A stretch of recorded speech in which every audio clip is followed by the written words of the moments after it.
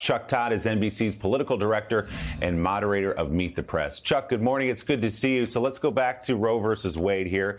The NBC Wall Street Journal poll conducted just in May, the most recent results we have show only 30% of Americans thought Roe versus Wade should be overturned. Nearly two-thirds say it should be upheld. It's not, of course, the job of the Supreme Court to listen to public polling, but it is a fascinating snapshot that so much of the country wanted this kept in place, and yet the Supreme Court decided to strike it down. Willie, this isn't new. For almost the entirety of Roe's lifespan as law of this land, it's basically had 55 to 60% support in the United States. It has never really moved. It has never really budged at all, which makes this another odder decision. This is not, I've seen a lot of stories about how, boy, this is a real victory in the pro-life movement and how they did it. And it was a grassroots campaign. Well, yes, it was, except they never changed public opinion. So by that score, it was an unsuccessful campaign, but they found other ways to do this, right? Success in state legislatures, and from there, creating new litmus tests for judges. But I'll tell you, at the end of the day, it is an opinion that doesn't come across small c conservative or follow judicial restraint, because ask yourself this, Willie.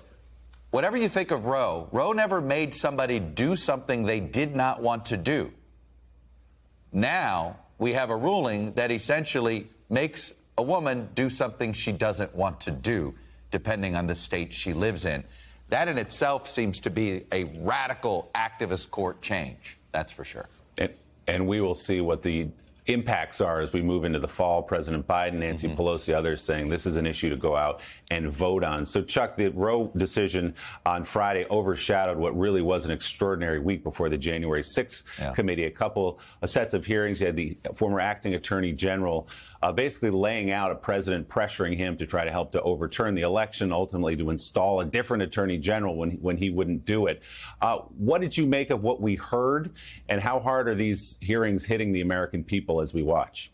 First of all, I'm impressed that it's a consistent 10+ million people tuning into each one of these hearings each time. I mean, people are paying attention, and I think you're starting to see it break through to a point. I mean, we'll see how much on the right side of the aisle digest this over time. But look, I thought this last hearing, it really sort of brought into focus, I think, how multifaceted this scheme was by the president and his sort of team that he put together to do this. I mean, they were ready in advance. They had put a former White House lawyer, put him into the Justice Department to help Jeff Clark write these memos.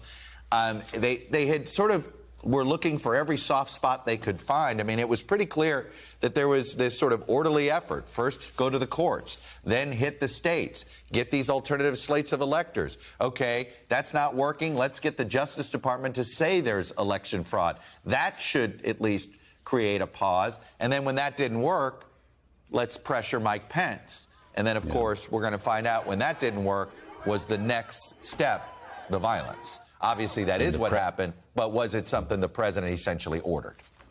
And the president telling the leadership at the Justice Department, according to their notes and their quotes, that Donald Trump said, just say the election was corrupt and let me handle the rest. Chuck, thank you very much. Boy, a lot to talk about this morning on Meet the Press. Chuck will be joined by Democratic Congressman Adam Schiff of the January 6th committee, as well as Democratic Congresswoman Alexandria Ocasio-Cortez of New York and the Republican governor of Arkansas, Asa Hutchinson. Hey, thanks for watching our YouTube channel. Find your favorite recipes, celebrity interviews, uplifting stories, shop our favorite deals, and so much more with the Today app. Download it now.